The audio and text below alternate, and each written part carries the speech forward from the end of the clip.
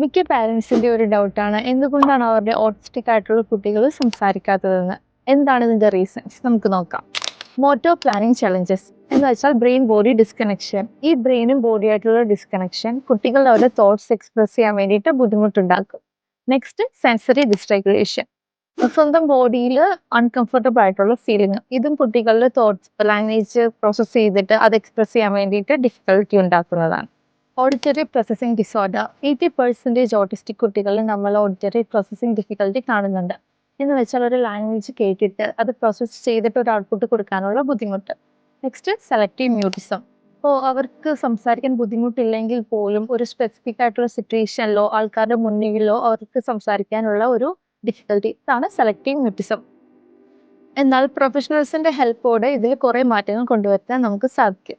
So ഒരു parent എന്ന നിലയിൽ നിങ്ങൾക്ക് എന്തെങ്കിലും ഒരു ഡൗട്ട് ഉണ്ടെങ്കിൽ ഒരു പ്രൊഫഷണലിന്റെ ഹെൽപ്പ് സീക്ക് ചെയ്യുന്നത് വളരെ നല്ലതായിരിക്കും.